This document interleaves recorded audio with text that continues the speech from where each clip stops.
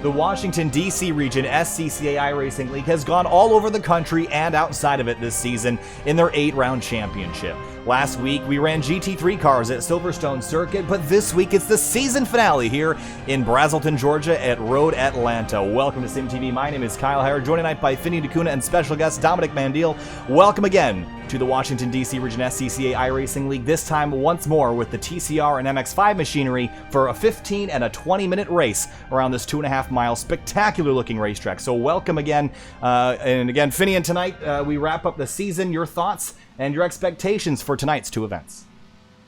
Yeah, honestly, really looking forward to this. I think probably this race almost more than any other that track that we've gone to this season. We've gone to quite a few places, so looking forward to see how these guys duke it out here, especially with the times looking pretty close up to the top in both classes. Dominic, welcome again to SimTV. It's been a little while since you've been on, but welcome back, and how excited are you for this event? You told us before that Road Atlanta, a track that holds a special place in your heart. Absolutely, Kyle, and with the SCCA having run various national events here as well as events like Petit Le Mans, I think a lot of drivers and a lot of cars get the ability to tackle this track, and no matter what cars end up running here, it makes it really exciting to see how horsepower cars get around here, how cars that are dependent on the drafts get around here. So for a race fan, it's really a track that makes any kind of racing very enjoyable. Absolutely. So qualifying about 3 minutes left in that, but we do want to take you for a quick lap around what is now Michelin Raceway Road Atlanta. So Dominic, if you want to walk us through a lap in about 60 seconds, take us through what it takes to go around this track. Yep, so as you cross the start-finish line, you want to get the car to driver's left, and a lot of drivers use the left side wall as a reference. There's little divots in the wall. You want to make sure that you ride the curb for turn 1 and get tight to the curb as you go into turn 2. Turn 2 is going to be a left-hander, and that left-hander you're going to want to also stay tight to the curb. And from there, you're going to want to get the car as straight as possible to set up for turn 3. And the interesting thing about Road Atlanta is you can actually use the curbs a little bit. And in turn 3, going on over that curb will help you get the car rotated a little bit and help you set up for turn number 4, which is another flick. And then after that, you go to a set of corners that we call the S's, and that's going to be a little uphill section similar to the climbing S's at VIR. You're going to want to, again, try to keep the car as straight as possible as you do turns 5, 6, and 7, and then after that, you come up to the top of the hill, one of the highest elevation points on the course, and there's a double curb there. There's one curb that's slightly slanted, another curb that flattens out, and drivers are going to want to stay off that curb and not trying to hit it too hard, and in the rain, that's especially important.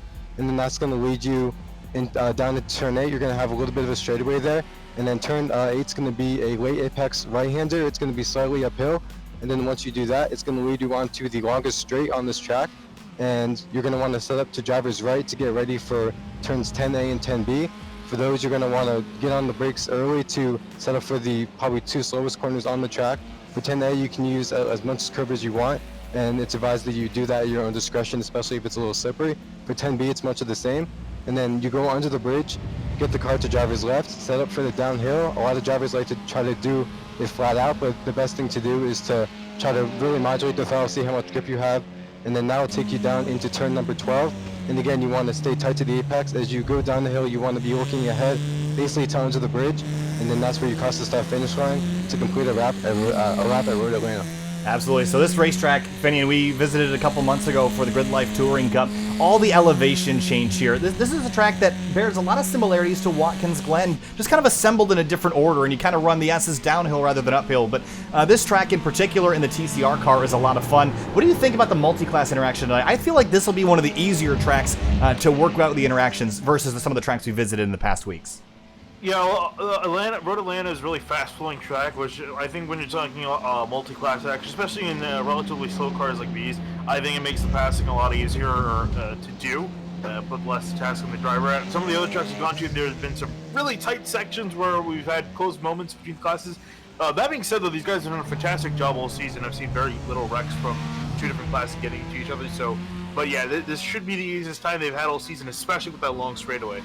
So, with qualifying almost complete, let's roll over the point standings here, because tonight it's a little bit close, especially in MX5. So, at the top of the point standings in TCR, it's David Alessi, 167 points. Darren Treacle is 30 points back from that, 137. Dave Fitzgerald, 136. So, he's only one back from Treacle. So, again, we've got prizes on the line here tonight. We'll go over those a little bit later. But Josh Cada now in the number 97 MX5, he's currently the points leader in MX5. The problem is he's got TJ Alessandrini and Paul Darling within striking distance tonight, so Josh has to keep himself up towards the front tonight, Finian, if he's going to want to have a chance at taking home the season-end prize. Yeah, and I think for him, too, he's got to also... did you say that he's leading the MX5 Yes, points? he is. Yeah, so really it doesn't matter of him just making sure that he gets good finishes in, because obviously he's got some stiff competition with Alessandrini, Halcyon, Paul Darling, we know as well. Lapras, too, he's been turning up the heat as of late. So there's a lot of good drivers in that class that have been performing really good. So he's got to really be on his A game to try to get as many points as possible. Absolutely. So, Dominic, when we talk about getting your start in any kind of club-level racing, what do you think is the best way for a driver to get their feet wet at any kind of professional racetrack? I think one of the best things to do is to find somebody who has driven the track before and learn from what they've done. And once you found something that works, you can modify your line to a certain degree, but as a lot of drivers have experience with, once you try to do too much after you've really learned the line, you start to make more mistakes once you try to put a little bit of manipulation in there. And especially here at Road Atlanta, where it's so important to straighten out the car, especially for areas like the climbing, like the S's, it's important to be able to be as smooth as possible. So in order to learn a track like this, you really want to have someone to follow, as we see two of our MX-5s doing at the moment. And I think that's what's going to be your best teacher. All right, so qualifying almost complete. 20 seconds left for drivers to lock in a time. Your running order is on the left-hand side of the screen here, and right now it's Tom O'Gorman on top of the standings. Remember, he actually swept the races the last time that he entered them. So, Finian, it's going to be tough to beat him, but David Alessi at the top of the board. Does David just have to protect tonight? I mean, I don't even know if he can mathematically lose the championship the way he's rolling. So is it in his best interest to drive super aggressive, or maybe be a little bit more careful with Tomo and some other really good drivers that are up towards the front here? Honestly, I would say probably best policy is, considering the grid is relatively small in TCR, I would just play it a little bit safe. He seems to have the pace. Even if he does run a little bit more conservatively, he can get a solid top 5 in, which should be more than enough. There's a 30-point separation between him and Treacle. Treacle not really looking that hot in this race in particular, so I think as long as he stays ahead of Treacle going to the next race by 25 points, he'll clinch it one race before the season ends. So yeah, I think really for him, best policy is to play it easy. I imagine he's probably not going to do that, so we'll have to see what he's going to be up to. All right, so actually, let's roll through our starting lineup here, Finian. So on the front row tonight in TCR, Tom O'Gorman, the IMSA Michelin Pilot Challenge competitor, familiar with this race car, rolls off first tonight in his number 94. Points leader David Alessi rolls off in second. Yeah, moving behind, Talal Sadiq's going to be starting in third. He's had quite a few good runs in this series as of late. Hopefully he can continue the pace. Outside of him in fourth, Dennis Barrett in the 9. Dave Fitzgerald, the number 91 from the Virginias, he rolls off in fifth. Evan Schickel in the number 33, the New Yorker, rolls off on the outside of row number 3. Back in row number 4, Francois Bru's going to be hoping for a little bit more luck coming to him. He's got some decent pace, hasn't really shown in qualifying. He's going to be starting in 7th. In 8th, next to him, Louis Alessi in the 43. 9th place, Darren Treacle in the number 70. Had a bit of a slow start to the season. Now he's got it running. Eric Jones in the number 51 rolls off 10th tonight. Moving on back to 11th, rounding out our last T-Star is Don Manning in the 92. In our first MX-5, Andrew Lanning will be starting, leading the field, the MX-5 field, to green in the 18. DJ Alessandrini and Ken Halseal second and third. We'll let the rest of the MX-5 grid scroll along the bottom of your screen as we head up towards turn number 3. And this corner, Dominic, I look at this as a great place to make time here. There's a big curb on the apex here. How much time do you think you can make up? How aggressive can you be in these full-bodied stock car machinery here? So I think with turn 3, as I mentioned on the track map review, that getting the car straightened out for the curb is really important, and that's going to help you set up for not only turns 4 and 5, but also as you start to do the S's. And in terms of making up time, I think if you can go over the curves with enough finesse that the car can get rotated enough, and you can get on the throttle a little bit earlier, that's where you're going to have the advantage over your competitors. Whereas if you try to, stay off the curbs a little bit and don't use as much of the track, it's going to be more of a challenge to have anything where you're, getting to the throttle earlier than anybody else. And so, especially here with it being so twisty in some parts, getting back on the throttle, especially with once you get to the top of the hill, is going to be important for your lap time, especially in qualifying, and once you get to the race, especially if you have someone that you're battling with. Finian threading the needle through the S's between the curbs. It's always a challenge here, but the TCRs and the MX-5s both can kind of absorb those here. But I want to talk a little bit about turn 10, the direction that we're heading now. Probably your best passing opportunity. Again, cold tires on the TCRs. How aggressive are you going to be at lap number 1? Are you going to take it easy or go for it here? I think if you got a run, especially with the slipstream, very powerful from these cars. They're going to definitely take advantage of the straightaway with that. I think definitely go for it. Obviously, you want to be a little bit easier in the first lap or two once these tires start to get up to temperature. The build really helped that with the improvements they made, giving these guys actual tire heaters now. So the car is warmer. The tires are warmer on the start, so it's not going to be as bad as it has been in previous races. Field rolls through turns 10A and B, about a 15-second separation between the MX-5s and the TCRs to ensure that they don't tangle on lap number 1. 15 minutes going to be our first race of the night. Tom O'Gorman on pole, green flag flies, and we're racing here at Road Atlanta in the Washington, D.C. region SCCA season finale. And a clean getaway for Tom O'Gorman off into turn 1, and meanwhile it's Tom Sadiq and David Alessi fighting for second place down to turn 1. Up the hill towards turn 3. Again, we talked about it momentarily ago. How aggressive can you get? You got a straight line over this to get the best time possible on cold tires, though you might want to wait a little bit. Some drivers being relatively conservative. Now let's jump back down to the MX-5 start. Into turn 1, it's Andrew Lanning in that white number 18. He drives off into turn 1 all by himself. Halcyon and Alessandrini, the two peas in a pod, running side by side up towards turn 3.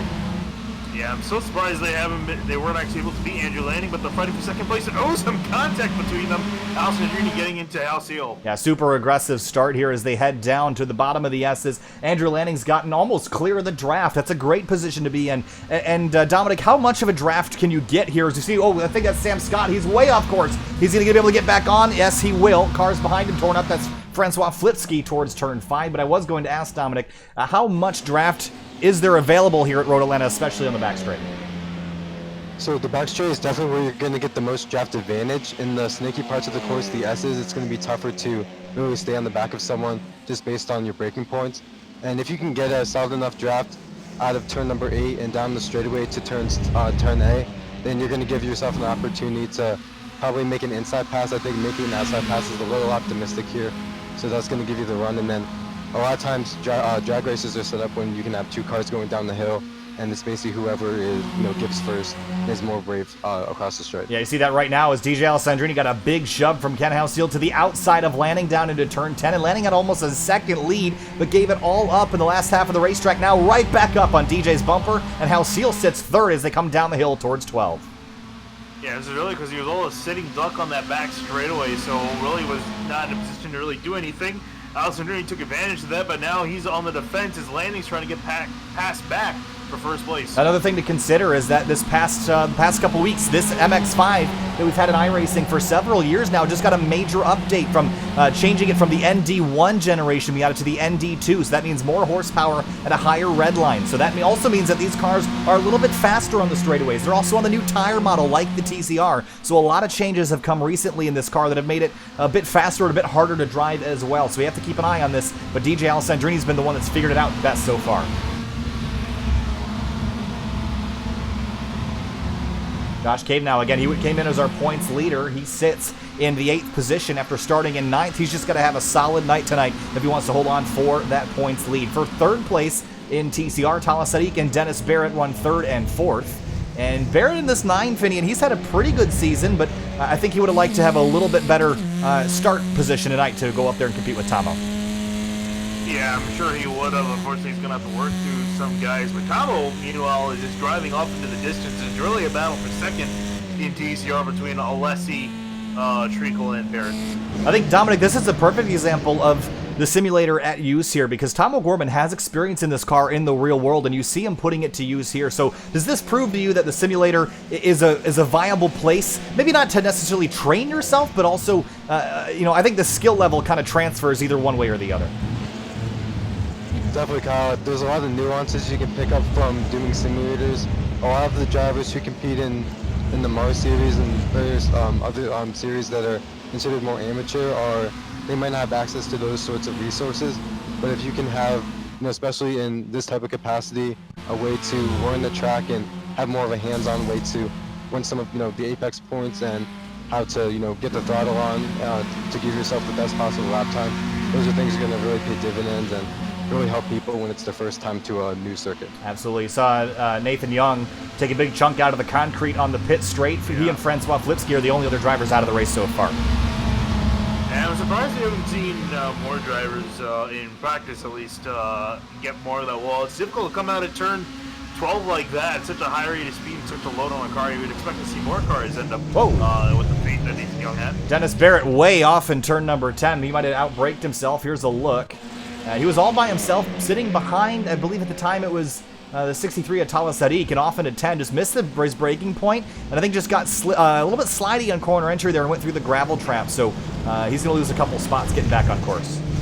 Yeah, and I was actually watching him on the first lap too, and he did something similar. He was able to keep it on the track that time, but he's been kind of flirting with braking late into turn 10, and unfortunately bit him this time. We haven't taken a look at track conditions yet, but it's relatively cool out here. You know, Dominic, I want to ask you, in terms of the track temperature, it doesn't seem like Road Atlanta is super temperature sensitive, but how much more grip do you think it has at 81 degrees versus something like 150?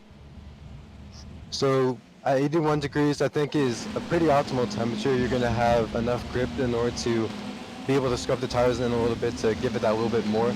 Once it gets up to 115, 120 degrees, you're going to have tires that are going to wear themselves out really quickly, and therefore you're going to have to use a lot of conservation mode, especially later in the race. And the drivers who are easier on their tires early on are going to be the ones who will be able to have a challenge to mount later on in the session. All right, so about 9 minutes left in this race, and well, no competition in TCR tonight, Vinny, and Tom O'Gorman again showing his skill in this car. He's 3.5 seconds up the road from David Alessi.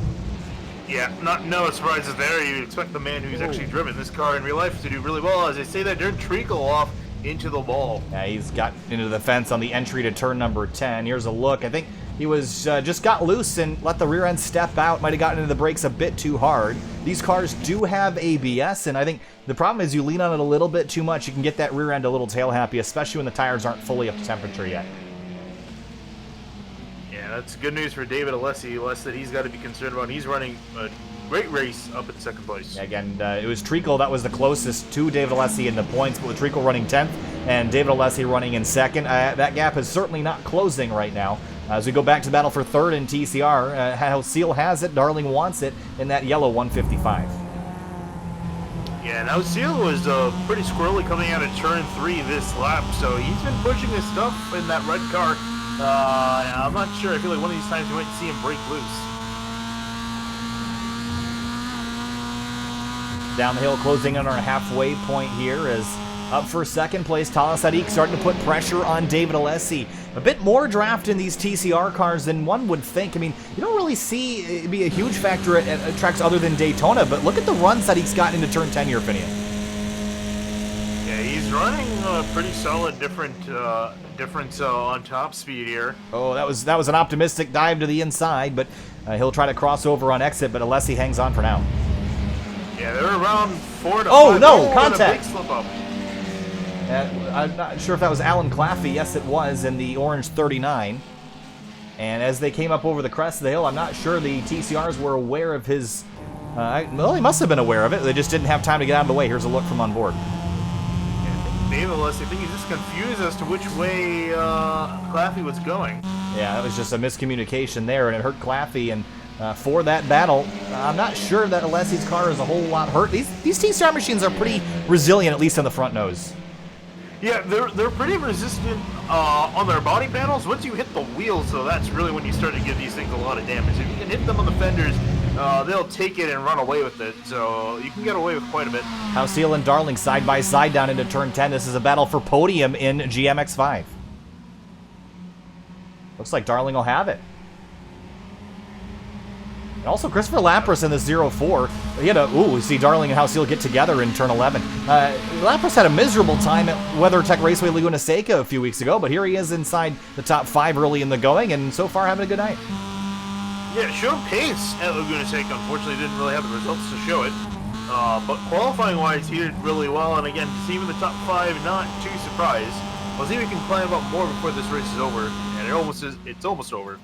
Yeah, about 6 minutes left here. So short races, Dominic. Again, club racing typically has shorter races. It's not often you get super long enduros, but pushing your car for 15 minutes, is that easier to do or harder to do than pushing it for 30 or 45? I think it's a different type of challenge because you have to balance conservation versus being able to run flat out. And in SCCA road racing, you have drivers who really try to make up ground early and ends up paying the price by having their equipment go away, versus drivers who take it early in the going and then later on ends up going too late and missing a chance to move up in the field. And it's going to be a bouncing act here. So in terms of difficulty between the two, I think running a spin race for some people is tough because they're more patient, and then in enduro, a lot of people might not be as patient, so they may want to push early. It's going to be a balancing act between the two.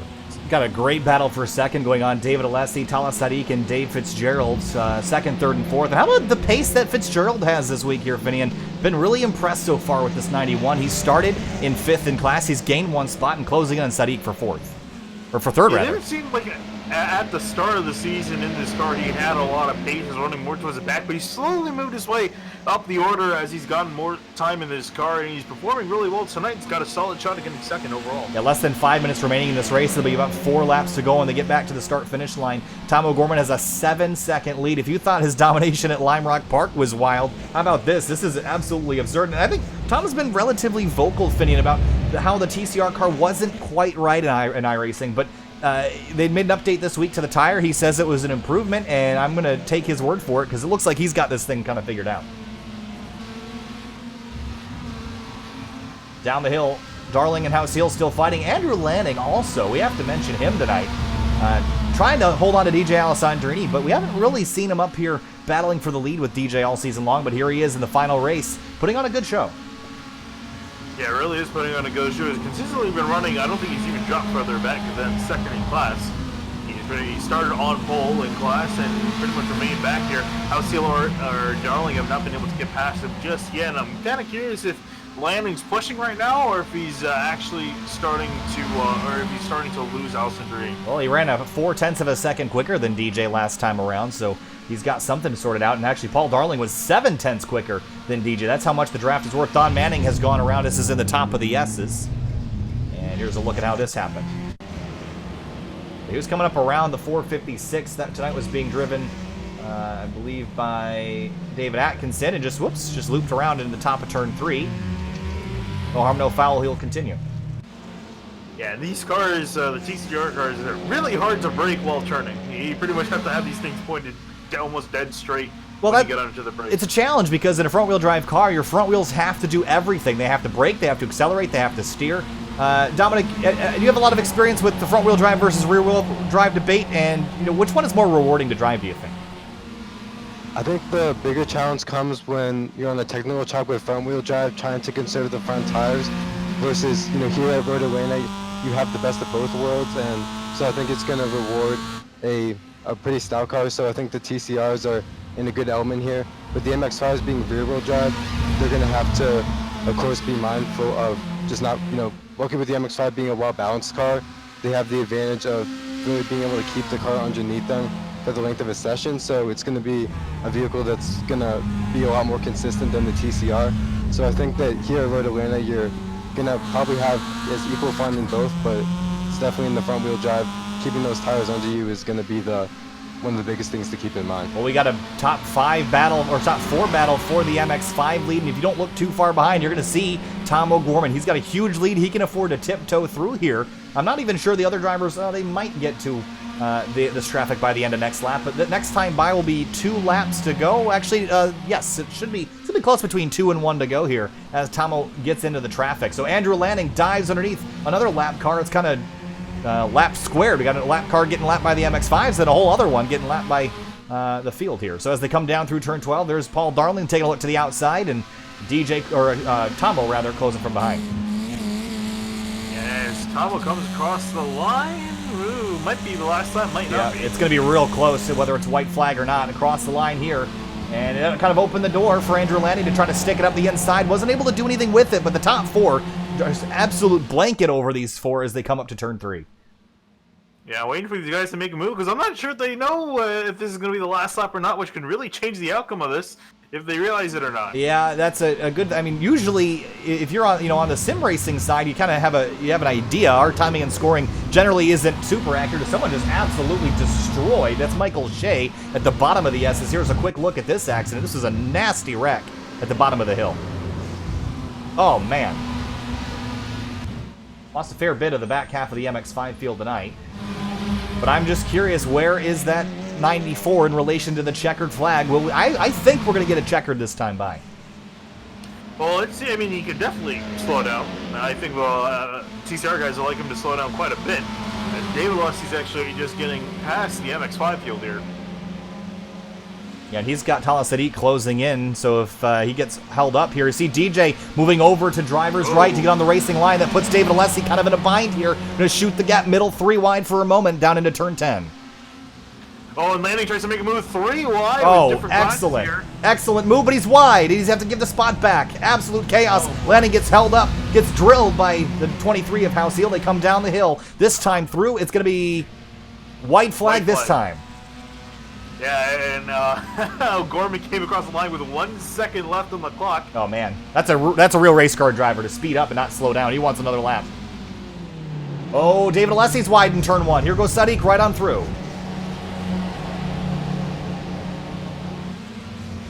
And this will also be the white flag lap for the MX-5 cars. DJ's gotten a bit of a breakaway. Lanning chucked it down the inside. I'm not sure if he realized they're going to have another lap, but it was too close for anyone to really know. But it was a Hail Mary effort that would have been better done next time by.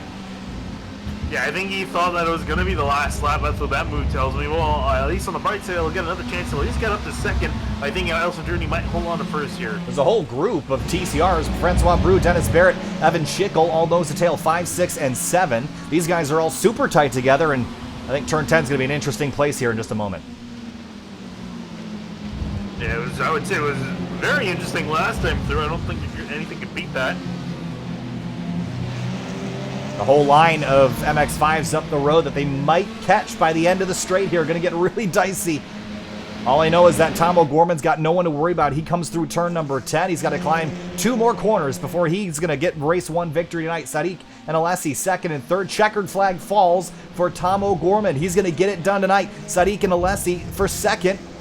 Alessi gets a spectacular run up the hill for second place in TCR. Down the hill, side by side, coming to the checkered flag. Who's got it? They get tagged. Sadiq slides across the line. He's going to grab second. Meanwhile, behind them, Paul Darling is going to end up in second. Alessandrini has the lead, but here comes Ken Ausil at the line. He'll grab second place. Wow. That was a chaotic moment there for everyone in there. The whole TCR group that came in 5th and 6th. Ausil got second by 25 thousandths of a second. Yeah, that was an amazing move by David Alessi in the TCR. He went through the grass just after the bridge trying to get to the inside of Sadiq to make a move. Gotta go back and watch that. The closing moments here in MX-5 didn't really get a great look at it, so let's go back and see how this last lap. So DJ was well ahead, and Ken and Paul raced side by side down through turn 12 with TCRs all over behind them. And Barrett was able to sneak on by Brou at the last second, beat him to the line by 43 thousandths of a second. What a race there at the end. With that said, here's a look at your race results tonight. Tom O'Gorman at the top of the board by 9.8 seconds. And I'll let the rest of that scroll on through, but DJ gets it done. And we took a look at this is the points walking into this race. Alessandrini had 116 points. Cadenau had 132. And Cadenau finished 8th in this race. So it's going to be a little bit tighter than I think he wants for this final race for that championship. Oh, absolutely. Especially with Darling and Alessandrini doing very well. I think Darling a little bit more of a threat. A couple drivers didn't end up finishing this race Michael Shea, Nathan Young, and Sam Scott all were out, as well as Francois Flipsky. Kyle Herbst actually joined the session here, Finian, but didn't start the race. We haven't seen Herbst out on track in a really long time. Yeah. But he did not start. Maybe we'll see him in race number 2. We'll be back in just a couple minutes for the beginning of our 20-minute second race of the night. Stay with us.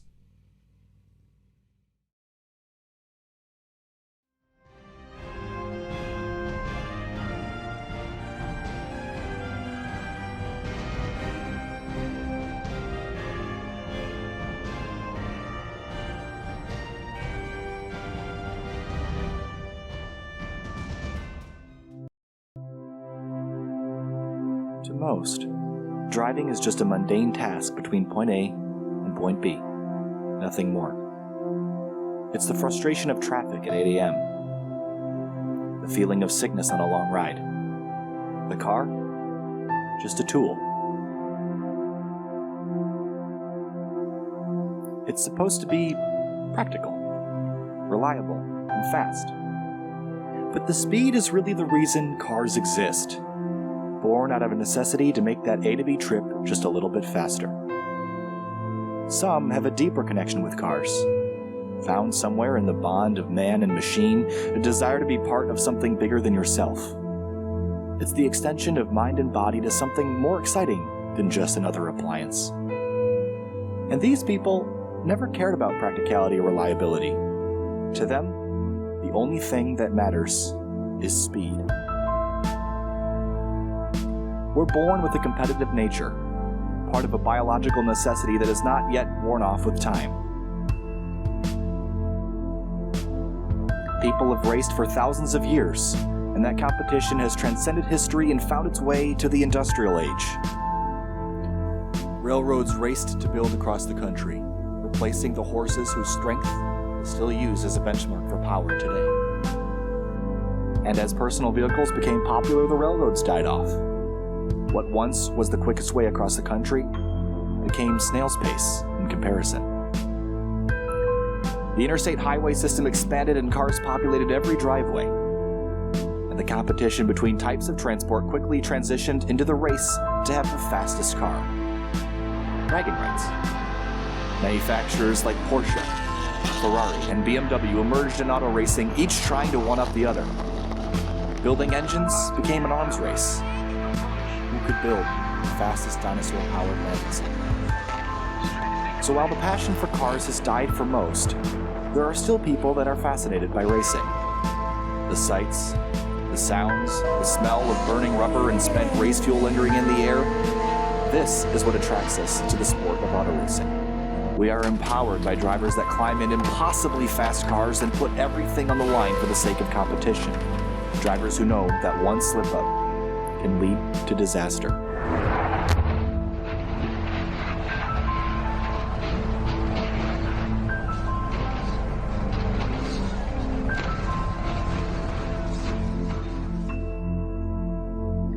And for the longest time, wishing to be a race car driver was just a childhood dream.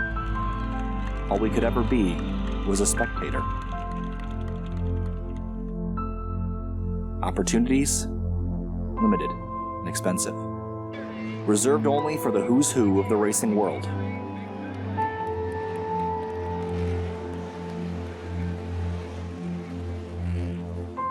Until now.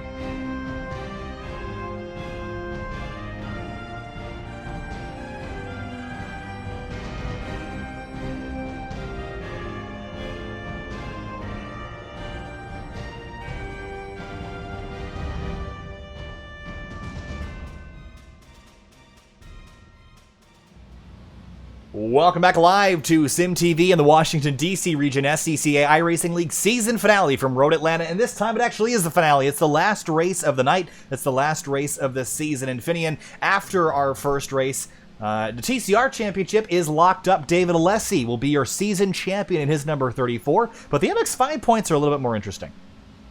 Yeah, it really is, especially with the way these guys have finished out. So, Paul Darling's taken the lead of the MX-5 points away from Cade now, who's currently back in second by only 1 point. And then you don't have to look too far back to find Alessandrini, who's 5 points back from Darling. So those are really the only guys mathematically possible who have a shot at taking this championship away.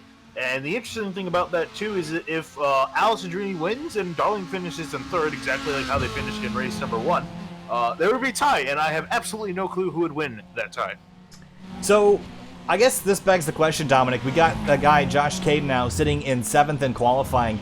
He pretty much needs to go out there and beat a guy like Paul Darling, and he needs to go out there and beat DJ Alessandrini, or at least get really close to beating DJ Alessandrini. So, for a guy like Josh, he's got to gain, about a second and a half to really be on the competitive level. Where can you gain a second and a half around here at Road Atlanta? Where's the best spot to make time? I think the best spot to make time is definitely in the S's, and then after turn 8 down the front straightaway. And if you can find a drafting partner, that's even better. It's gonna, of course, give you that person to follow as well as a few more miles per hour. So that's where he's gonna probably be able to gain the most time. And we also mentioned under break while we were waiting for to come back live here, Finian, that Tom O'Gorman, he won last race by 9 seconds. Well, he'll be starting from the tail of the field here in race number 2. Do you think it's going to make a difference? Do you still think he's going to be the one that win this race? We were talking about this before, and no, it's not going to make much of a difference, honestly. I mean, again, due to the, I guess, relatively small size of the TCR field, it'll take him, I definitely won't go immediately there, but I think eventually he'll get up to the lead. I mean, when you're talking about someone that put a 9-second gap in 15 minutes between first and second, that's an incredible gap to put in that little amount of time. And so I think, if anything, he's going to just have trouble working really through some of the slower cars. And then once he gets to the top, it'll be a little bit harder. But yeah, I think he probably will end up on top unless he makes a mistake. Yeah, it's probably going to be unlikely to see him make a mistake in this particular car. If it was anything else, I'd probably say, yeah, that's a possibility. I don't think Tom was going to make a whole lot of mistakes. Again, he's... They're running coming after last night. Well, yeah, last night Tomo had a bit of a rough time in grid life, but tonight I don't see that happening. But yeah, no, I don't see that either. But we go back to MX-5, and you guys got Paul Darling, DJ Alessandrini, and Josh Cade now, who are all capable of winning this championship. But Josh has a really interesting job here, Finney, because he's got to improve his time, and he's just got to get more aggressive, I think. Maybe being a little bit too timid around here. What do you think he's lacking? Because I think Road Atlanta in the MX-5 is a lot of on throttle time. So, we asked Dominic, where's the best place to make up time? What does Josh have to do to find that time? Really, I think all he needs to do is just, stick in the draft. I think the biggest thing that hurt him in the last was the fact that he lost the lead pack of 5 drivers. And pretty much was stuck running in 6th, 7th, 8th. So I think the best thing he can do is to try to get stay as close to the leaders as possible, catch that lead draft, and then just kind of hang on and just hope that something happens there. If he can, go up there and pass Darling on Alessandrini, because that's what he's going to need to do. He's definitely the underdog in this situation between Darling and Alessandrini. I really think it's going to be between DJ and Paul. Josh has a lot of work to do, I think, for this race. Yeah, he's held the points lead for a whole lot of the season, and to lose it in the final race of the year would be a bit of a bummer for the 97. So hoping things go in his favor here just for the sake of him. But track conditions exactly the same as in race number 1 here. David Alessi again sitting on pole right now. He's already locked up the championship. Nothing to worry about. Dave Fitzgerald is 6th. Finney, what are his chances he goes to victory lane if he can hold off Tomo? I think they're pretty good. Again, it was surprisingly quick in the TCR. This round was up there fighting with David Alessi and Talasidi. So I think if you can stay up there with those guys, you should be able to have a shot at fighting for the win here. Again, unless we see Tom just come up there and snatch it away from all 3. 20 seconds left in qualifying right now. Again, race number 2 is 20 minutes, so a few minutes longer than the first race. Dominic, how much does that change? Again, 5 minutes longer. How much does that change the outlook of this race, or do you think it'll look pretty much the same? I definitely do think it could change the outcome of the race. I've heard a lot of drivers post races, especially on the club level, where they say that had that race been 1 lap shorter, 2 laps shorter, the result would have been different. And the difference typically is the tires are more worn out, and a lot of times the driver is more worn out because, here that's going to be an extra, 5 miles of action. So as we saw at rounds like Road America, some drivers didn't make it on fuel. Granted that was an endurance round where fuel was a lot bigger a factor, but things start to wear out after a little bit, and just one more circuit or two more circuits can make a difference as to where you finish. Absolutely. I think that's an important thing to remember is how much a lap really matters. And it's not only going to be 1 lap, it might be more like 3 or 4 when it's all said and done, Finney. And so especially for guys like Lanning and Darling and Hauseal, when they're going to be inevitably chasing DJ in the closing moments, knowing which lap that checkered flag is going to fall on is extraordinarily important if they want to have a chance to win the race. Yeah, and I think actually, speaking of that too, I think with O'Gorman starting back and kind of handicapping himself, I think we're probably going to see one last lap, because obviously he's not going to be starting in the front and able to just drive away in clean air. So with a slightly slower pace, we could see this be 1 lap shorter. About a minute left here before we get to gridding, and we're down a couple MX-5s here, a significantly smaller field actually.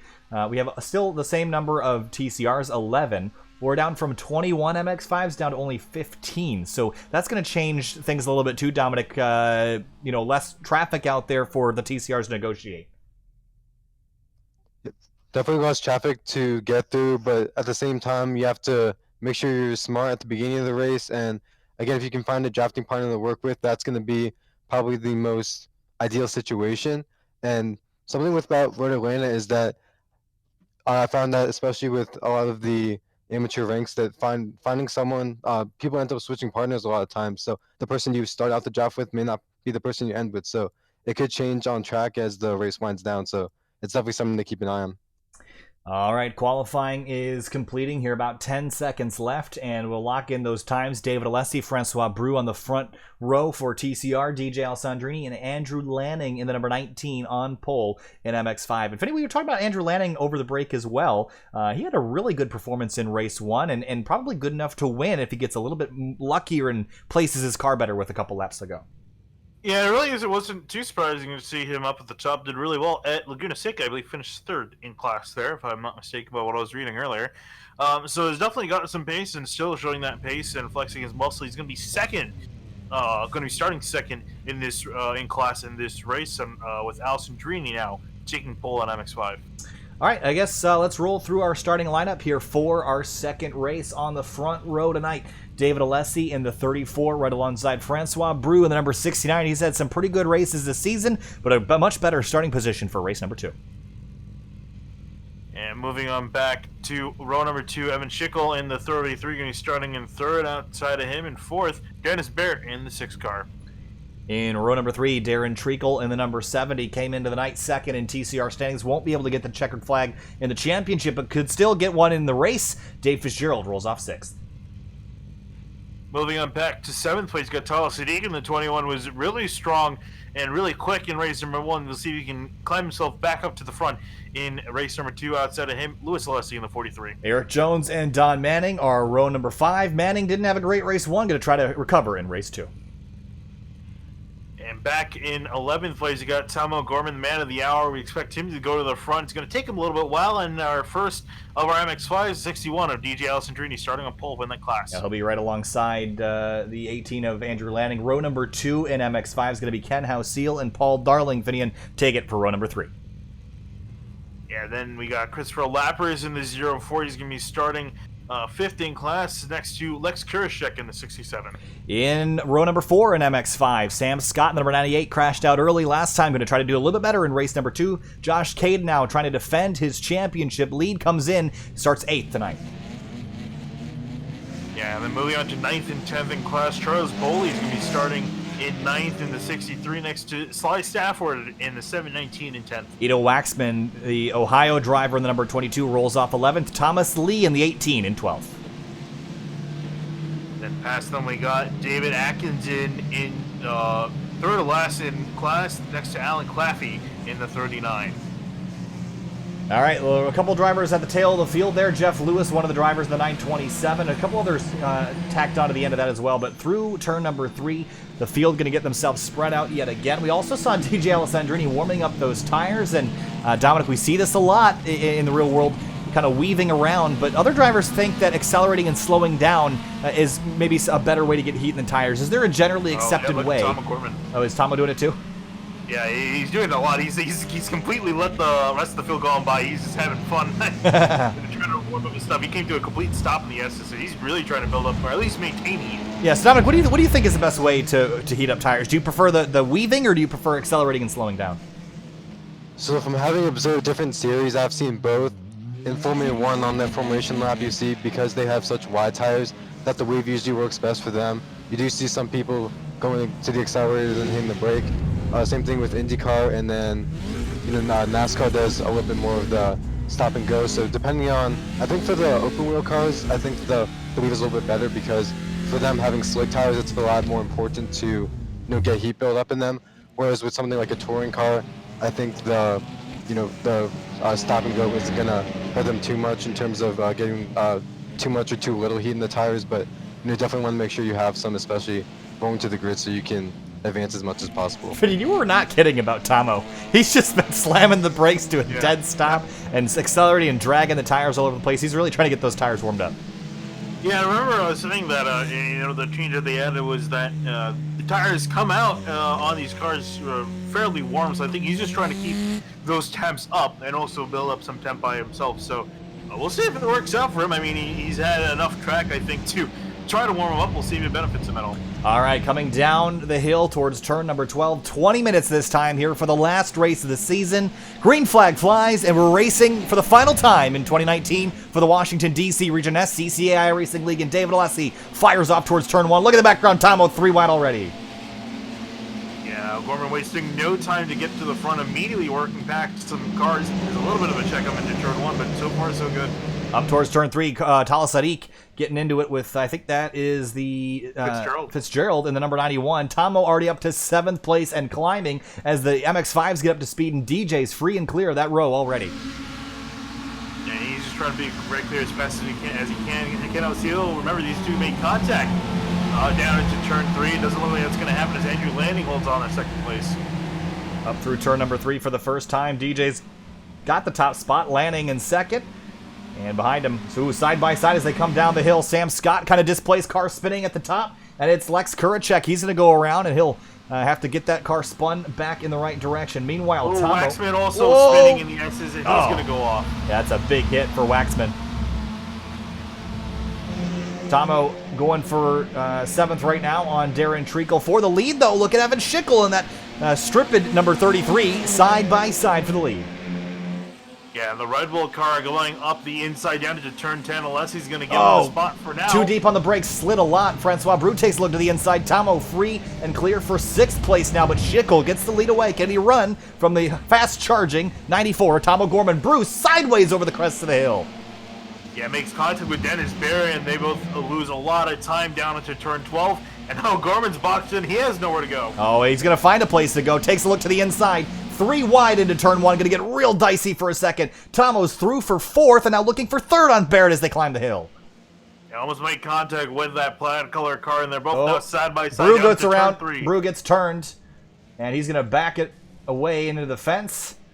And that was just too many cars in too small of a spot. But down the hill through turn 4, it's Tomo Gorman through and into 3rd place already. That's a spectacular start for Tomo. Oh, David Alessi off in turn 5, almost met some tire barriers.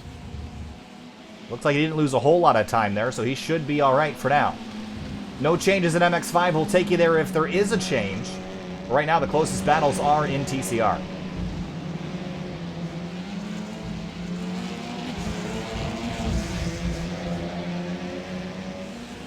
And Darren Treacle sorted out for now. Yep, Treacle on the inside of Dave Fitzgerald as they head down the back straightaway. And Fitzgerald had a great run in race number 1, but race 2 not quite off to as good of a start, and battling the 70 for 6th. Yeah, was 5th up the line last time by. We'll see where he ends up here. It's going to be back in 7th, it looks like. Tala Sadiq down the inside of Dennis Barrett, sliding. Oh, almost drills Tomo into turn 10, and he somehow missed him, and they'll continue. That was a scary moment, I'm sure. I mean, Dominic, it happens a lot when you get too deep on the brakes, you lock up, or you get into the ABS. What's the go-to emergency move if you're too late on the brakes and there's an impact coming? So I think the best thing you can do is that if you anticipate that an impact is coming, to avoid any kind of further injuries to wrist, definitely take your hand off the steering wheel. It's going to prevent any kind of unnecessary snap or sudden jerk of the wheel when that happens, as well as just being able to, if you're a passenger, I think the best thing to do is to try to go on the brakes definitely for all you're worth, and if there's any chance of getting the car refired again, be on the cars as well. But sometimes when the inevitable is about to happen, then you just have to go along for the ride and try to make it the least amount of, minimize the injury as much as possible. Yeah, we just saw Louis Alessi get into the fence at the top of the S's, so he's going to be out for the night. Evan Schickel has the lead here, Finney. Just ran a 1:29.709. Do you think that's enough to hang on? Because Tomo is closing and closing fast. I don't think anything you can do will be able to hold off Tomo Gorman. He's just on a massive charge up the field. So yeah, I think anything you can do is pretty much going to be for naught. I think really, if anything, he's going to have to try to keep O'Gorman behind him by some really creative blocking. Well, I'm sure almost everyone knows already, but again, Tom has experience in this car. He's actually won in this car at this track in 2018 in the Michelin Pilot Challenge, or actually I believe it was then the Continental Tire Challenge. He has won in this car at this particular venue, so he knows what he's doing. He's, again, a current competitor for LA Honda World Racing in the Michelin Pilot Challenge, so he knows what he's doing. And he got a 9-second lead in race 1, coming from the back in race 2 within 2 laps. He's gotten to 3rd and now looking for 2nd on Alessi as they crest the hill towards 3. Yeah, I think you might find some quite a bit of resistance from these two guys, more so than I think other guys down the order. Yeah, some dirt flying as Evan Schickel drags a wheel off course. But setting up David for the exit at turn 5, a big wide curve there on exit that you're going to use every inch of. And Tomo's going to have a great run heading into 6 here. Alessi's going to take the outside lane. O'Gorman going to go up the inside. Oh, deep on the brakes. A bit of a lateral slide there for a moment, but he stays off the 34, and they're dead even into 7. There's some contact, a little bit of door-to-door rub, and the 94 is through to 2nd. Yeah, Alessi trying to pinch into the apex. Unfortunately, a little bit of contact sent Alessi out, but now Alessi can get a good draft. Let's see if he bounces back in turn 10. Big draft down the long straightaway. We'll take you to the MX-5 lead here in a moment because Ken Hausiel has got it down to about 0.2 of a second on DJ Alessandrini. It's really just those two. Paul Darling sits 3rd, and you mentioned earlier, Finney, if Darling finishes 3rd and Alessandrini wins, it's going to be a tie. I don't know what the tiebreaker is, but it's going to make the points very interesting. Working through turn 5 now, and Alessandrini has extended that gap just a little bit. No tight battles in MX-5 right now, so we'll jump back to TCR. Darren Treacle and Dave Fitzgerald chasing each other down the turn 12 hill. Yeah, Fitzgerald trying to climb back up the order after running in 7th for a little bit. He's got some work to do to get back up there. A great run through turn 1. See him apex that nicely. Tracking out the outside of turn 1's a little bit scary. There's Louis Alessi returning to the racetrack. And the jump over the turn 3 curb, a bit timid through there for the 91.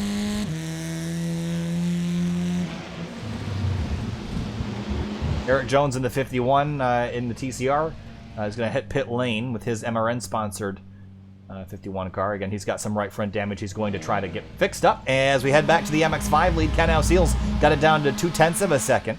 With 13 minutes to go, we still got a long way here, Dominic. So if you're Ken, I mean, is this just kind of ride in line until the end here? For Ken, I think the best thing to do is to settle into the pace that he's found and just wait to see if potentially a driver in front of him can make a mistake.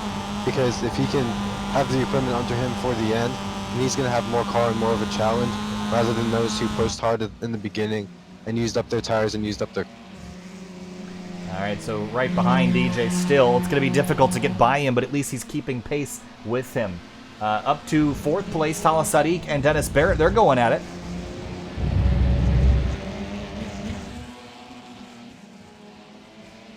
And Tom has closed the gap down to 0.4 of a second. Some lap traffic they're getting into now, Finian. Yeah, this is where it got really interesting in the last race. These guys trying to navigate slower traffic. Yeah, it was a bit dicey there as Tomo got by the 456 of David Atkinson. Now into turn 3, closes right up into the rear bumper of Evan Schickel. And Schickel's got to drive for his life here. Yeah, and for reference, the MX5 leaders are in the middle of the back straightaway. Schickel's led all 5 laps so far, but I'm not sure if he can hold off the hard charging. I think this is going to be where it ends here. As soon as O'Gorman can get by, if he doesn't get through in these 2 corners, he's got a whole straightaway to draft.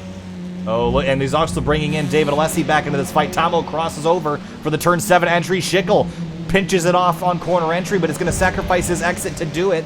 And now Tomo's going to get the draft on the back straight. Drag race down towards 10.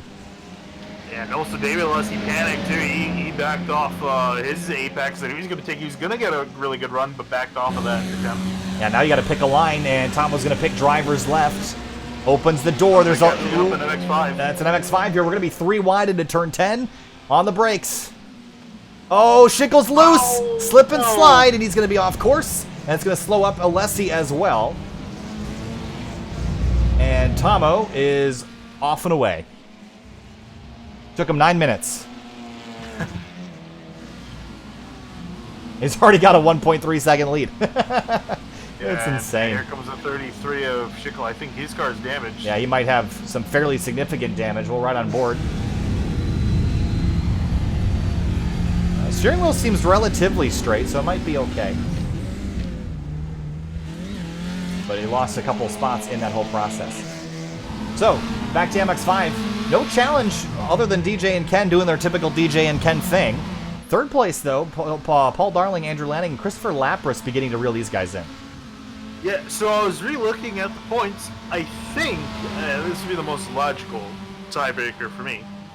Would be going to the wins column. If DJ does win this race, which he pretty much has to if Darling finishes in 3rd, to take the championship, that would give DJ 1 more win than Darling. So that I would imagine that would be the tiebreaker. Wow, gonna get really dicey here for the MX5 points. 10 minutes to go, halfway through here.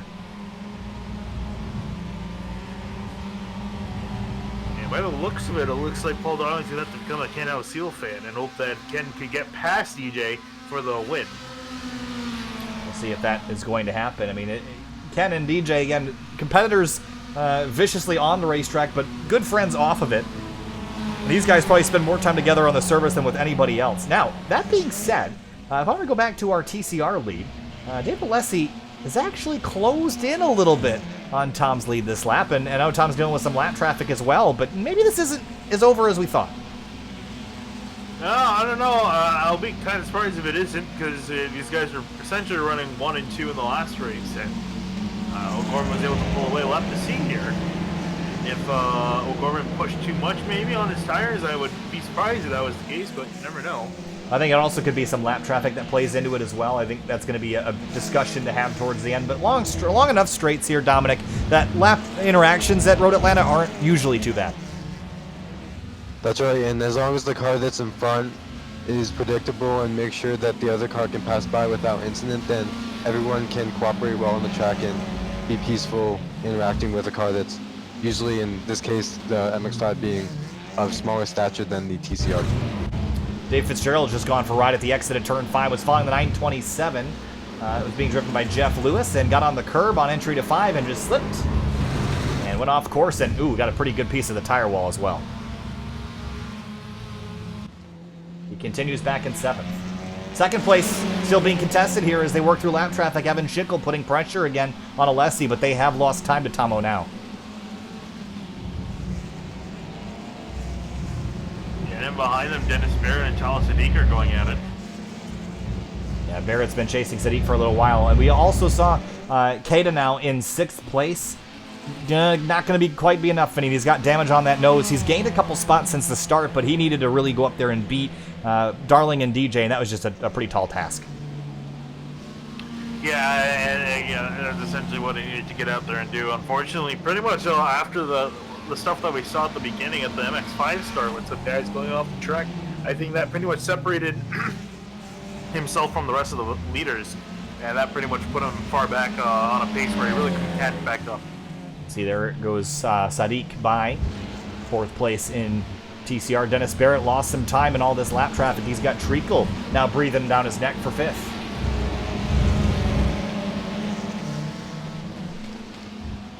Three wide for a moment there on the back straight with Charles Boley in the 63.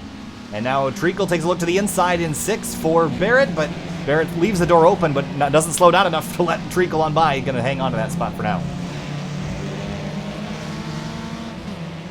Getting busy out there. There's a lot of traffic, a lot of passing going on. Meanwhile, up in the lead, Ken sitting right behind DJ. No rush there. Behind them, Lanning and Darling doing the same as leader Tom O'Gorman drives by.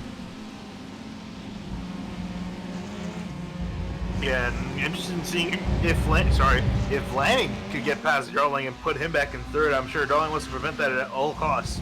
Yeah, that's going to be another key to this championship, is if Lanning gets by Darling, then what DJ has to do becomes a lot easier then. Your class leader's all in this one shot here.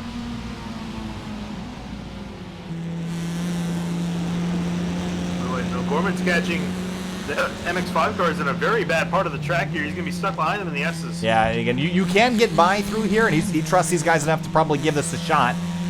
But will DJ slam the door? Yes, he will, and Tomo needs he will. Again, this is two very experienced race car drivers here, and that was expertly done by DJ to take the corner and not get timid and back out. So, well done. It might have held up Tom just a little bit, but again, if DJ left that door open, it gets a little ambiguous, and then Tom tries to fill the gap, and it just turns messy. So, very professional moves there.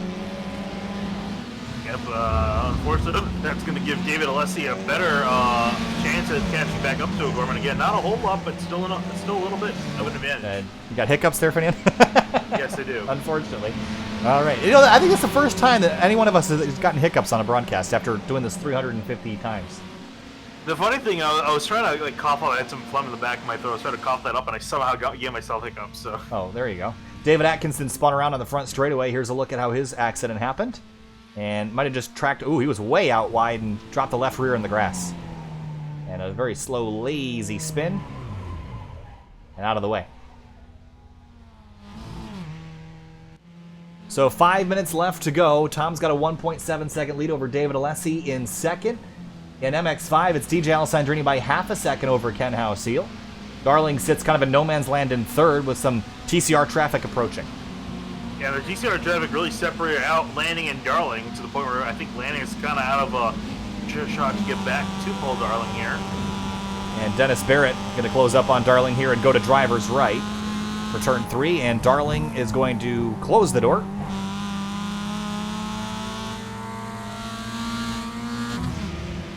And now Barrett gets on by. Yeah, now this kind of trio of TCRs are catching up to Ken Hauseal and DJ Alessandrini here, so this is going to be entertaining to say the least. Sadiq's going to swing right. There's a lot of unwritten rules, isn't there, Dominic, about multi-class interaction with, when you're running against class leaders, they're in their own race, but there's a lot of unwritten rules as well as some written rules about how you're supposed to negotiate all this. But the utmost thing here is respect. You want to make sure that you give everyone adequate racing room, and if you can tell that they're faster than you, that allow them the space to get by, and vice versa. If you think that you're at the moment it's not a good place for them to get by, then it's up to the drivers to decide when's a good place to pass, so you won't end up ruining your race with someone else on track. Yeah, I think that's what we saw with Tom and DJ earlier. It was a very alpha move there, Finian, for DJ to slam the door on Tomo. But I think he's learned a lot from running so many different multi-class events that you can't be ambiguous about where you want to go. You have to choose a line, but for the lead, yep, you see Ken Hauseal take a dive inside turn 12. He's going to have a shot, and he got a really good shot. He closed that gap between him and DJ that was starting to expand out after, I believe it was Tal Sadiq that threw it up the inside of DJ, and that held him up in turn 6. And Ken a little bit neater in turn 1, got the right front tire on the curb. DJ picks the middle of the road as they head to turn 3, now jump the curb big time, and DJ got a bit of a better run through the center of that corner. It'll be 2 laps to go for the TCR leader when he comes back around.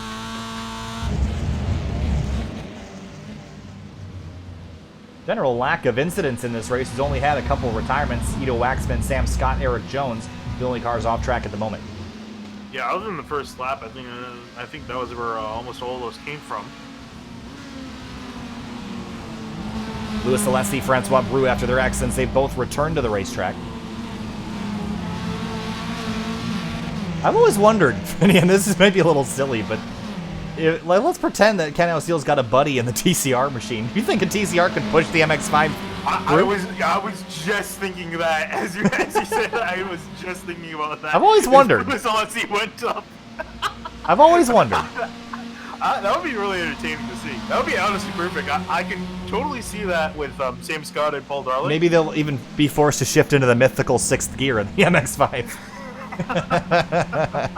This car is a 6-speed manual, but 6th gear is essentially just your granny highway gear that you would never use on a racetrack. So I think for a lot, it'd be really interesting to see if they could get to it. Oh, can you imagine that for a Max Vance race? Oh, that'd be good. You have a teammate in the other classes, and they have to push you. Oh man, that would be awesome. That would be super good. We got to recommend that. Well, anyway, back on topic. 1 minute and 25 seconds left in this race. Tom O'Gorman, your TCR leader, is down into turn 6, slipping and sliding around. And Alessi's kept pace with him relatively nicely, only 2 seconds back, but it will be white flag next time by. I was going to say, the problem is he's been keeping pace of anything gaining, but he's not been gaining enough. And unless I think O'Gorman catches some really bad traffic, which is pretty clear for the most part, at least anywhere that he'll get close to up the road, I think he should be able to take this one. DJ's got a little bit of left front damage, as does House-Seal. I'm not sure if that's from a curb strike or if they've gotten into it with some lap traffic, but both those cars have a little bit of damage. Shouldn't affect them a whole lot, though. Might get a little bit more damage here as we come on to the final lap. Possibly. There's Dave Fitzgerald going to drive around him. He is currently still 7th in class after his spin in turn 5, about halfway through this race. White flag for Tom O'Gorman as he comes back across the line. Hasn't got a 9-second lead, but still got a sizable one. 1.8 seconds. Was 0.3 off of David Alessi's pace, but again, unless Tom basically runs off track and hits the concrete, no way Alessi can catch him here. House-Seal setting DJ up. I think he knows this time through it'll be white flag. Ooh, DJ really slowed down by the 456, and Ken chooses the outside line. This is going to get really dicey here. 3 wide. Oh, this is not going to work. Oh, man. Wow. That was spectacular. I'm amazed Atkinson did not just clear House-Seal out of the last that turn. Was that awesome. Was amazing. Side by side through turn 1 up the hill. Oh, no, but they rub fenders here in turn 1. House-Seal's not giving this up. He's going to be the outside in turn 3. Yeah, maybe not the preferred line, but if he can stay alongside through 3, he might be okay. He's there. And he's going to pull dead even. And DJ gives him just enough room to stay there. They're going to be side by side through the S's. Oh, man. Here. Not quite. DJ. They're fighting with inches. Yeah, DJ pulls back in front. Big slide into turn 5. They're going to leave him vulnerable on exit. Up front, Tom O'Gorman into turn 10A and B. David Alessi behind by 2 seconds. Going to be no competition here. Tom O'Gorman climbs the hill. 2 for 2 again for the IMSA Michelin Pilot Challenge competitor, the Washington, D.C. Region SCCA iRacing League. It's a sweep for Tom O'Gorman. And back to the MX-5 battle. This is where it's going to heat up down the straightaway they go. Actually, DJ's going to get a little bit of a draft from a lap car. Every bit he could. Ken's going to have a great run here, but it's all about the exit of 10B. Here he comes. Which lane is House-Seal going to go? Driver's right. Oh, contact. DJ throws a block. That might have been it there. Could have been it. That was a bit cheeky move there by DJ, but Ken's going to drive in deep on the brakes into 10A and then in through 10B. Can he get a better run out of the corner? 2 corners left. DJ is clear. Paul Darling sits third. The championship is in the air, but the checkered flag is as well. DJ Alessandrini comes on through. 2 for 2 for him tonight as well. Yeah, solid job there. Ken House-Seal in second place. Darling's going to come across the line in third. That should end in a tie. We'll wait to actually report on who's going to win the championship. I believe, by my estimates, that it should be Alessandrini that walks away with it. Yeah, I wonder. I mean, again, we don't see penalties handed out a whole lot here, Finney, but DJ threw a huge block, and this was a block on the 23 of Ken House-Seal, and that's generally a big no-no. I don't think Ken is one to complain about it, but that certainly was against the rule book. So I wouldn't be surprised if the 61 got a penalty for that move there. That is definitely a lane change in reaction to the trailing driver, which if I was Ken, I know these guys are buddies, but that would be a protest for me. And that's what ultimately gave DJ the win. Anyway, here's your race results. It was Tom O'Gorman at the top again and DJ Alessandrini, both 2 for 2 tonight. Again, the cream always rises to the top. Yeah, and these guys have done a fantastic job all season long, really just fighting each other. And then between Alessandrini and now Cielo and O'Gorman, nothing really much needs to be said about him. Class of the field. All right, well, there's your race results. In just a moment, we're going to jump to break. We're going to bring you back to talk to your race winners and a few others. Stay with us.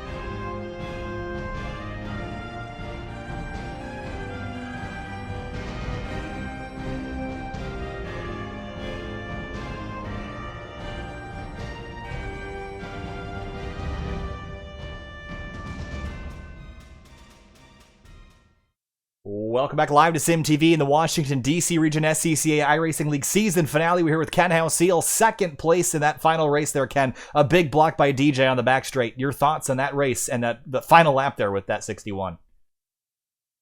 Man, that was that last lap was insane. That was probably the most fun I've had in iRacing in a long time. That was a blast. I mean, this whole season has been great, and that was definitely a highlight. That last lap there, though, of course, you and DJ run side by side together a lot. You guys trust each other a ton. You on the back straight, we looked to drivers right. That door got closed. Did you think you still had a shot there into turn 10, or did you know that was your chance? DJ just didn't realize that he had left enough space for me to stick my nose in there and then moved over. It happens. I mean, it was taking a chance. I knew I needed to be on the outside into turn 10 to really put him under pressure. So just didn't quite work out today. Looking back on the season, though, looked like a lot of fun, Ken. So congratulations on another bunch of solid runs, and we'll see you next time. Thanks, guys. Great job all season. Absolutely. Appreciate it. Moving on now to the man of the hour, Tom O'Gorman. Tom, the update to the TCR earlier this week, you said it made the car a little bit better, but looked like you got this thing pretty much figured out. 2 wins tonight, and you started from dead last in the second race. You were second place by lap 3. Walk us through your night. Yeah, it was a ton of fun. Some of the most fun I've had in a long time. And these guys are a good time to race with, nice and clean too. So, starting last is only row 5 in this race, so that's not the wildest thing, but it was a ton of fun to work through. And David kept me on my toes for the last half of that race. He was not going anywhere. Kind of ranged between 1.5 and 2 seconds that whole time. So, good time, a lot of fun. Road Atlanta as a racetrack, it's a super exciting course, lots of elevation change, lots of long straightaways. How is it to race on in a multi-class format? Is this one of your the better tracks for multi-class racing, or does it get a little bit tricky, do you think? It totally depends on where you catch the other cars, because half the track is perfect. It's a super long straightaway, but half the track is such, it basically is one lane because of the way that the S's line back and forth and back and forth. So in the first race, I kind of had that pad to really work with the MX-5s and wait and pick my spots. And I even tried to make sure I didn't interrupt battles. But in race 2, when David's only 1.5 seconds back from me, I'm like, I caught DJ and Ken going at it for the lead, and I'm like, I gotta go, or else I'm gonna get caught up to. So I kind of inserted myself in that battle a little more than I would have liked. But it completely, like I said, depends on where and when you catch somebody as to whether it's easy or the hardest thing ever. Where and when you can catch people, but no one caught Tom O'Gorman tonight. 2 starts, 2 wins for the number 94. Tom, thanks for talking. We'll see you next time. Thanks, guys. Absolutely. Moving on now to the next person who I think Finian's going to grab. It will be, do we know who the champion is yet? We know David Alessi's a champion. We know he's the champion in TCR. David, a long season. You started it out with a race win all the way back at Summit Point, all the way down to Road Atlanta. It came down to the last race, but you got it done. Walk us through your night and your season. Oh man, thanks a lot, Kyle. Definitely not the finish to the season that I came into this season with. I'm ecstatic to have pulled it off. Started off the season with a win. That was a good sign. So I just put in a lot of practice time and took it race by race.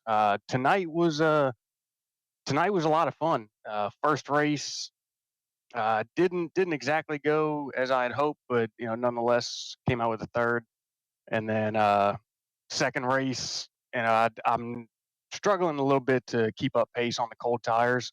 But once I kind of settled in and got in there behind Tom, I just focused on keeping behind him and trying not to let him run away. I know he had some tires degrading, but that's okay. I'm fine with it. He didn't pull away from me. I felt good about that second. The season end prize for the DC Region SCCA driver with the most points in class is a one-day HPDE at Summit Point or Dominion Raceway, which is a $295 value and a single Mid-Atlantic road racing weekend entry. Your thoughts on those prizes and your opportunities in 2020? I'm ecstatic about it. The HPDEs, I'm at every one of them, working tech and grid. So I'll use that to take a break from working one and run a time trial or something. As far as the Mars entry goes, well, I guess that's a good excuse to look at driver school, huh? Absolutely. Hey, congratulations, David. Really super solid season. Some race wins in there for you as well. Battling IMSA driver Tom O'Gorman's got to be a highlight too. So congratulations, and we'll see you next time. Thanks a lot, Kyle. Finian, appreciate everything you guys do. Y'all do a fantastic job. All right, David. Thanks a lot, man. We'll see you later. All right, I'm gonna take control here for a little bit. Go for it. So I'm gonna pull in Paul and DJ here. So I was just talking with Dave. We actually don't know who the champion actually is gonna be because and by iRacing's metric, it's showing Paul as the champion, even though usually the champion's determined by in a tiebreaker is usually determined by who has the most wins, which would in case go to DJ. So I asked Dave, and he said he doesn't really know. So it should go to DJ because I don't think Dave has added in the incident point bonuses yet, and DJ got +1 in both races, and I failed. Oh man, if it comes down to incident points, that's pretty brutal. But hey, I mean, that is what it comes down to. It's going to be a 2-point split where DJ wins. Wow. So that hey, after this season though, you guys have been battling each other for a long time. What's it like to go out there in a final race? There's a lot on the line here, guys. HPD entries. Of course, there's some Mars stuff in there as well. There's a lot on the line. Does that influence how you guys battle, or is every race, you kind of put that in the back of your mind? You're just out here for fun. Who are you asking? Anybody, go for it. Oh, okay. For me personally, I'm just having a bunch of fun, just learning some stuff, just hanging out with my buddies and driving some fake race cars and doing some real racing. It's just a lot of fun, and with the changes they made to the car, it feels I'm getting like post-traumatic like GLTC stress driving this thing around Road Atlanta. It's really incredible what they did with the car. So looking forward to 2020, DJ. I know you got your GLTC entry kind of sorted out again next season. So we wish you luck there. And I guess, is it totally official that DJ's won? Because I guess in that case, we'll wish you congratulations. Thanks. I had to bring my A game today to take it away from Paul. I knew I was going to need the incident points, the bonuses, and also be fast. And I was feeling pretty good tonight, so I'm glad my A game showed up when I needed it. Paul, close but not quite. Didn't quite get it this time. Walk us through not only this race, but also your season.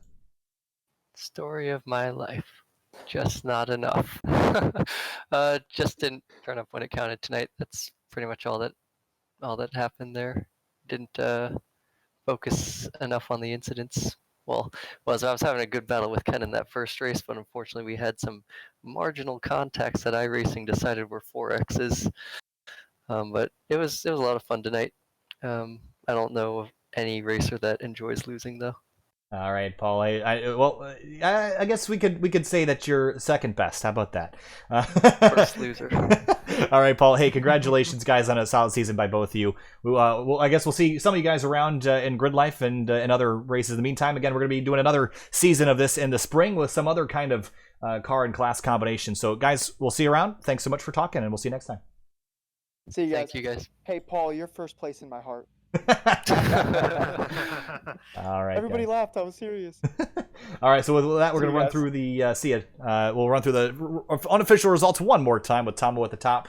Finishing another season of the Washington D.C. Region SCCA iRacing League in the books, and this one probably the best yet.